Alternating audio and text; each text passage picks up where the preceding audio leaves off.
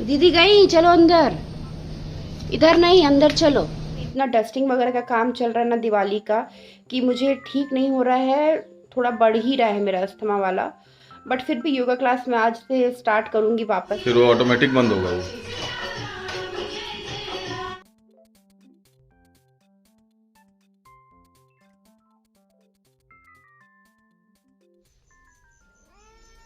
जाओ दीदी के रूम में, उठाओ।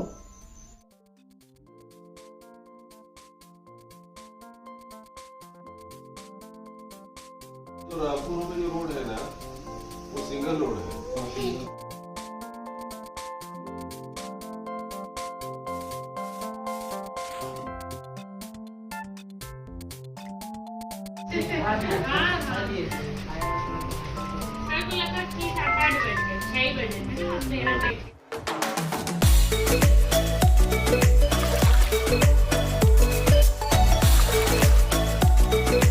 Good morning guys.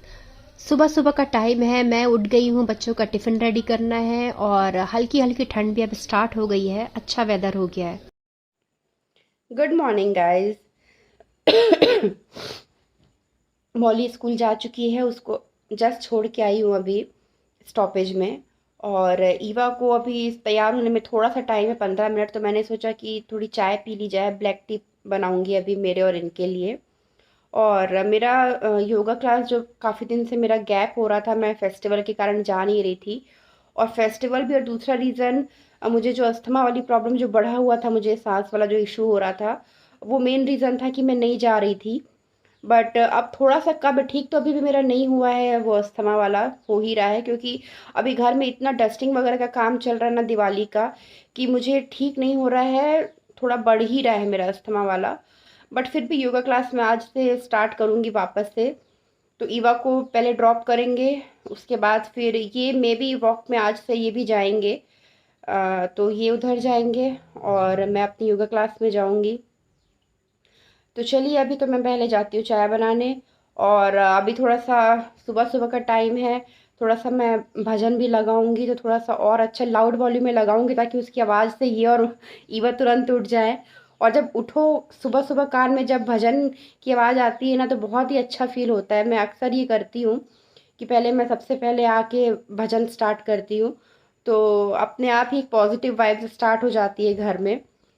तो बस मैं अभी जा रही हूँ, यही सब काम मुझे करने हैं। तो मिलते हैं थोड़ी देर में। जी मैं तो बन जाऊं 14 बरस। चलो।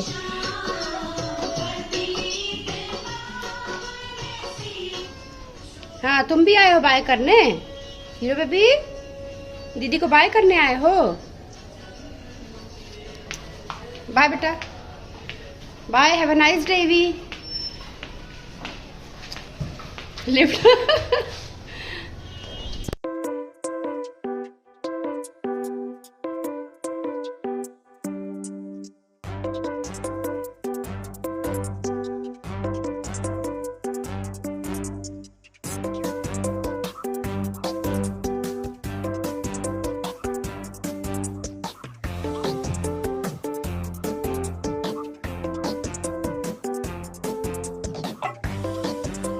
हीरो बेबी, तुम कहाँ आ गए? चलो, उधर सीढ़ी तरफ नहीं जाओ। चलो चलो चलो। हीरो, हीरो, नो नो, चलो अंदर चलो।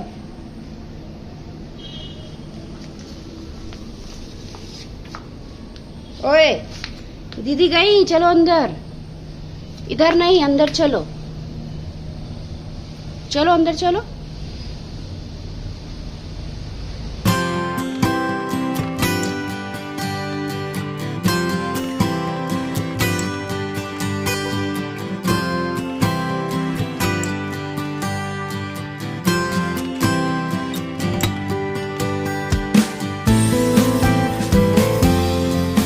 तो मैं आ गई हूँ अपनी एक्सरसाइज करके, योगा और प्राणायाम वगैरह करके।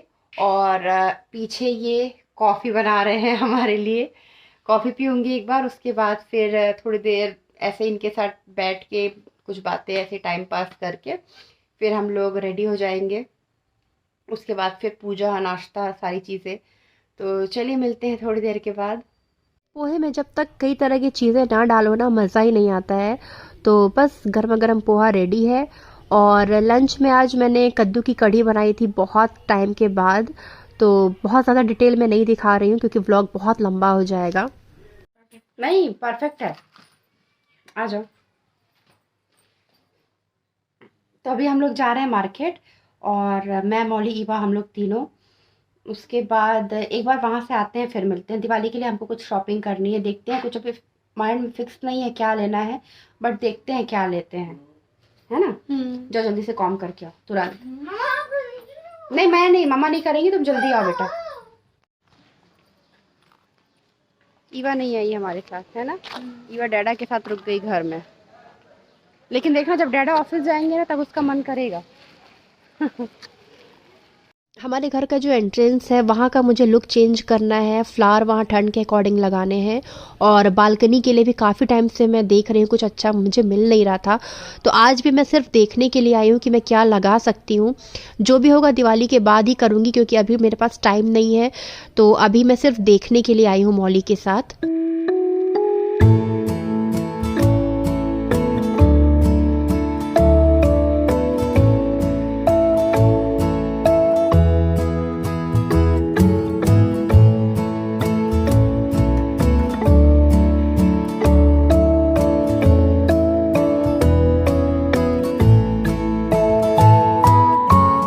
डिनर में आज नूडल बनाया है हमने क्योंकि मार्केट में बहुत लेट हो गया था और तबीयत भी मेरी थोड़ी ठीक नहीं है, तो मैंने ज़्यादा एफर्ट नहीं लगाया डिनर में। और आप देख सकते हैं यहाँ पर कि मेरे साथ ऑल टाइम ये 3-4 चीज़ें रहती हैं। एक तो जो मैं इन्हेलर लेती हूँ पफ, वो रहता है, बाम, विक्स, ये सारा मैं जहाँ जहाँ जाती हूँ ना अपने साथ लेके चल रही हूँ। ऐसा हो गया है क्योंकि विक्स लगाती हूँ ना तो ही मुझे थोड़ा सा रिलीफ मिलता है।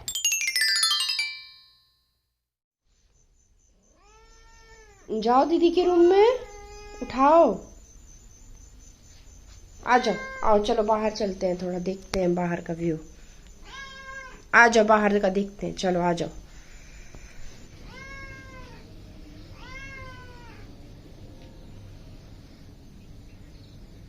वही तो, हीरो बाहर चला गया। आजकल हीरो का डेली का रूटीन हो गया है। मौली जब स्कूल जाती है तो वो बाहर निकलता है और ईवा को ड्रॉप करके जब हम घर आते हैं तब हीरो अंदर आता है, नहीं तो उसके पहले हम कितना भी बोले उसका आने का मन नहीं रहता। और ईवा को छोड़ के आते हैं तो ऑटोमेटिकली वो हमारे साथ साथ अंदर आ जाता है। बहुत ज़्यादा नाटक नहीं करता।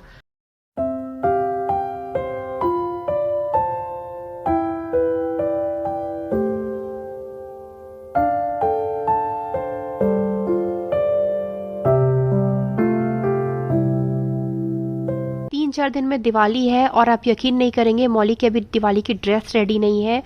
ऑनलाइन मैंने देखा पर मुझे लगा कि नहीं यार, हम लोग खुद से परचेस करके फैब्रिक और उसके बाद फिर हम लोग स्टिच कराते हैं। पता नहीं क्यों मुझे ये आइडिया आया। मुझे पता नहीं था कि मेरी आगे तबीयत बिगड़ने वाली है और मैं पता नहीं कैसे मैनेज करूँगी सारी चीज़ें।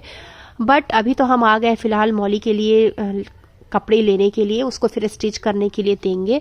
तो देखिए मौली की ड्रेस रेडी हो पाती है या नहीं दिवाली तक। मार्केट से जल्दी आके मैंने डिनर प्रिपेयर किया क्योंकि पापा जी के आने का था आज और फाइनली पापा जी आ भी चुके हैं।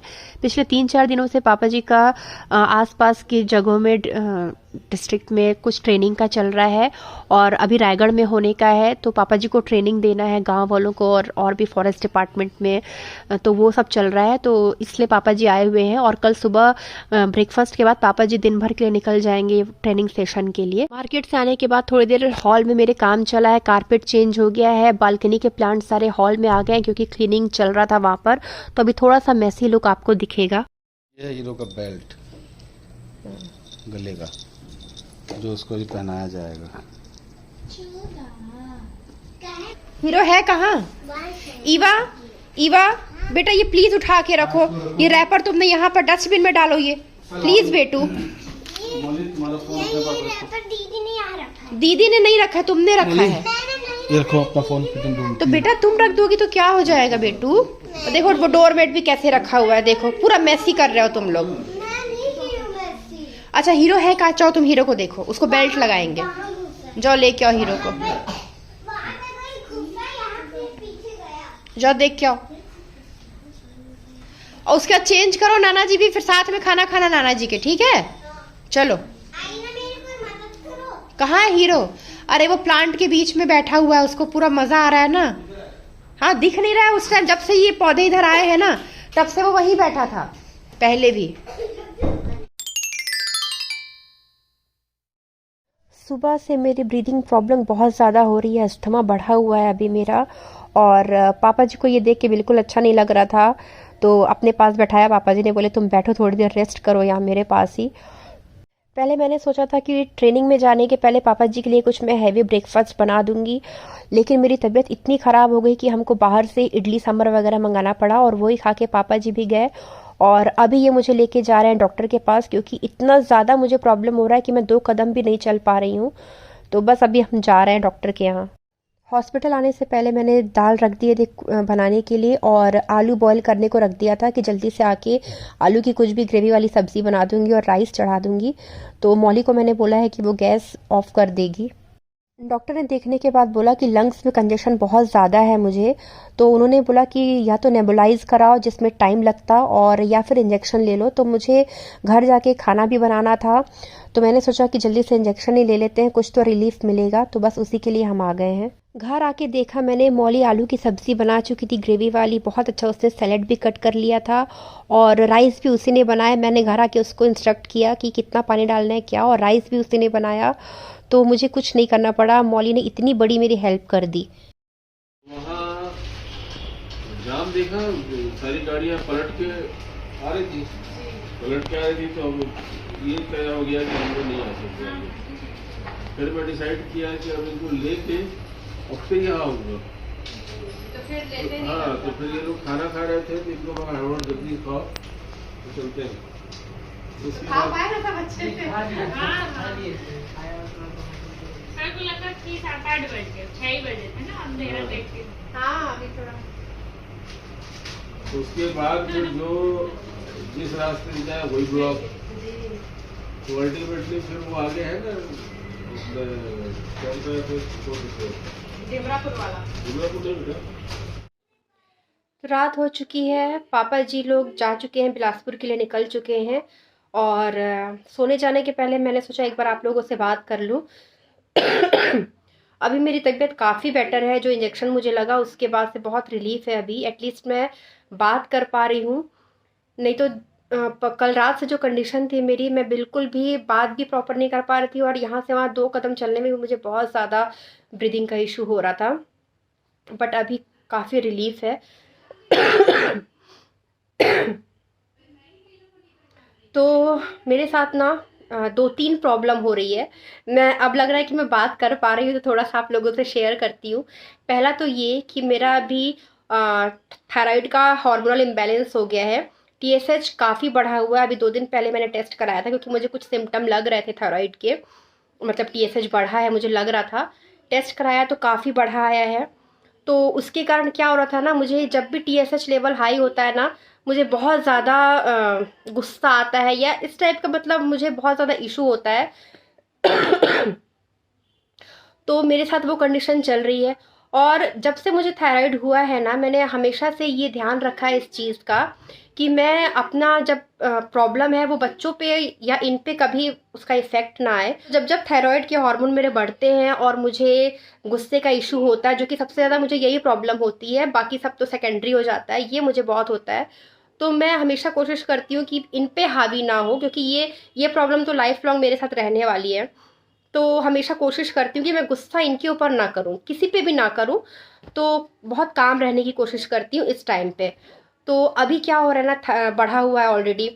अब मैं बहुत अपने गुस्से पे कंट्रोल कर रही हूँ, मतलब शांत रह रही हूँ, ठीक है, सब जो हो रहा है जैसा हो रहा है चल रहा है। दिवाली के काम मेरे, आप लोगों को पता है, कई दिन से 15-20 दिन से तो वैसे ही मेरी तबीयत ठीक नहीं थी, दिवाली की कोई तैयारी नहीं हो पा रही थी, तो मुझे वैसे भी चिड़चिड़ापन हो ही रहा है। ऊपर से ये थायराइड वाला इशू, ये मैं मैनेज कर ही रही थी पिछले 2-3 दिनों से। और कल क्या हुआ ना, बालकनी मेरी साफ़ नहीं थी, डस्ट था, और उसमें जो वो रखा ग्रास वाला जो लगा हुआ है वो मुझे क्लीन कराना था। तो जो मेरी हाउस हेल्प है उन लोगों से मैं वो करवा रही थी, और उसके बाद मैं चली गई रूम में। तो इस बीच क्या हुआ ना, इनको लगा कि चलो भाई ये कर ही रहे तो साथ ही साथ हॉल का भी कारपेट चेंज कर ले, ये कर ले। तो ये लोग अपने आप ये लोग सारा करने लगे। जब मैं आके देखी तो पूरे हॉल में डस्ट ही डस्ट। और मुझे डस्ट का बहुत ज़्यादा इशू है, मतलब जब घर में जाले भी साफ़ होते हैं ना तो मैं 2 घंटा रूम में नहीं आती हूँ क्योंकि मुझे इतनी प्रॉब्लम होती है। बट क्या हुआ ना, अब ये सब तो हो चुका था। मैं जैसे ही मैंने देखा कि यहाँ पूरा डस्ट है, ये लोग सब कारपेट वगैरह क्लीन कर रहे हैं, मैं वापस रूम में चली गई। जब सब कुछ क्लीन हो गया उसके बाद मैं हॉल में आई, लेकिन एयर में जो वो सारे पार्टिकल थे, डस्ट पार्टिकल हमारे हॉल में, वो तो थे ही, वो कहाँ जाते। तो उसके कारण क्या हुआ ना, जब मैं डिनर बनाने के लिए आई रात में तो सडनली फिर वो मेरा वापस से जो अस्थमा वाला है वो बढ़ने लगा। पहले तो कंट्रोल में था, पर रात होते होते पापा जी इस बीच आए। पापा जी के साथ हॉल में ही बैठना हुआ, वहीं हम लोग खाना खाए सब कुछ। पापा जी को भी थोड़ा सा सर्दी वाला इशू हो जाता है, उनकी भी छींक शुरू हो गई थी इस बीच। और मेरा धीरे धीरे बढ़ने लगा और इतना फिर बढ़ गया कि रात में मैं प्रॉपरली सो भी नहीं पाई। और जब तक सवेरे उठी तब तक तो इतना ज़्यादा बढ़ चुका था। बहुत प्रॉब्लम इसके कारण मुझे बढ़ गई। और अब क्या हो रहा है ना, एक तो वैसे ही गुस्सा कंट्रोल कर रही हूँ, घर के काम, दिवाली की कोई तैयारी मेरी हो नहीं पा रही है। अब मैं 2 कदम भी नहीं चल पा रही थी।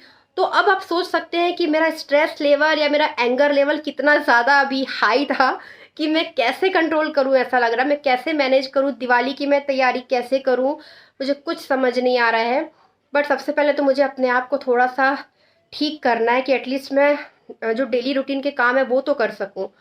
तो देखिए अभी काफ़ी बेटर है। और एक इन्हेलर डॉक्टर ने चेंज करके दिया है, वो मैं लूँगी, इन्हेल करूँगी तो उससे भी काफ़ी फ़र्क पड़ेगा। तो कल धनतेरस है, तो जो भी अब तो इस साल की दिवाली में तो मैं बहुत कम, जो मैंने प्लानिंग की थी अब लगता है कुछ वो हो नहीं पाएगा। पर फिर भी जितना जो हो सकता है हम लोग डेकोरेशन और पूजा या जो भी होगा सब मैनेज करेंगे। और धनतेरस में भी हम लोग का कल का सोच रहे हैं हम लोग कि दोपहर में ही हम लोग जाके जो भी लेना है पूजा का सामान वगैरह वो ले लेंगे। धनतेरस में जो सामान लेना है, बहुत ज़्यादा कुछ इस बार इसलिए नहीं ले पाएंगे क्योंकि हमारा अभी ऐसा कुछ सोच ही नहीं पाए कि क्या लेना है क्या नहीं, कुछ प्लानिंग नहीं है। तो मुझे लग रहा है कि बिना प्लानिंग की कोई बड़ी चीज़ नहीं लेना है, तो कुछ छोटा सा ही लेंगे। और छोटी रंगोली वगैरह भी नहीं आई है तो बच्चों को वो भी लेना है। तो हम लोग कल दिन में जाएंगे क्योंकि शाम को बहुत रश हो जाएगा। और एक बात मैं बताना भूल गई थी, पापा जी जो गए हुए थे जहाँ साइट में उनको जाना था फॉरेस्ट के अंदर, उनका जो चल रहा था ट्रेनिंग वगैरह वर्कशॉप जो भी चल रहा था, तो उसके बाद पापा जी अपना बैग लेके गए थे कि वो वहीं से बिलासपुर निकल सकते हैं। लेकिन मेरी जब कंडीशन उनको पता चली ना कि मुझे हॉस्पिटल जाना पड़ा, तो पापा जी सिर्फ मुझसे मिलने के लिए वापस आए घर। और आज हमारे यहाँ अमित शाह जी का प्रोग्राम था, रोड शो था, तो पापा जी लोग उसमें फंस गए और 2 घंटे पापा जी लोग ट्रैफिक में फंसे रहे। लेकिन सिर्फ मिलना है इसलिए पापा जी वापस आए, बैठे, उनके साथ जो आपने देखा बच्चे थे सब वो लोग भी सब साथ में आए। तो थोड़ी परेशानी पापा जी लोग को और सबको मेरे कारण उठानी पड़ी। बट अगर बिना मिले जाते तो पापा जी को भी अच्छा, मुझे तो लगता ही नहीं ऑब्वियसली, बट पापा जी को भी बिल्कुल अच्छा नहीं लगता। इसलिए उनको एटलीस्ट ये तो है कि मैं ठीक हूँ अभी। और वो तो लकीली उस टाइम तक मैं कुछ ठीक हो चुकी थी इंजेक्शन के कारण, नहीं तो अगर सेम कंडीशन रहती ना जो दोपहर में थी तो पापा जी तो सोच के आए थे कि वो बिलासपुर हम लोग को लेके जाएंगे, हम लोग की दिवाली वहीं मनेगी, बट ऐसे छोड़ के नहीं जाएंगे, वो सोच रहे थे। बट फिर मैंने बोला कि नहीं अभी ठीक है। और ये तो कंटिन्यूअस लगे हुए हैं मेरा ध्यान रखने के लिए, गरारे करो, पानी गर्म करके दे रहे हैं, दवाई ला के दे रहे हैं, खाना मौली और ये और सब मैनेज कर रहे हैं, तो कोई प्रॉब्लम नहीं होगी। तो चलिए बहुत लंबी बात हो गई। कल धनतेरस है, कल होपफुली अच्छी शुरुआत हो, मेरी तबीयत और बेटर हो। तो मिलते हैं कल के व्लॉग में, तब तक बाय, गुड नाइट।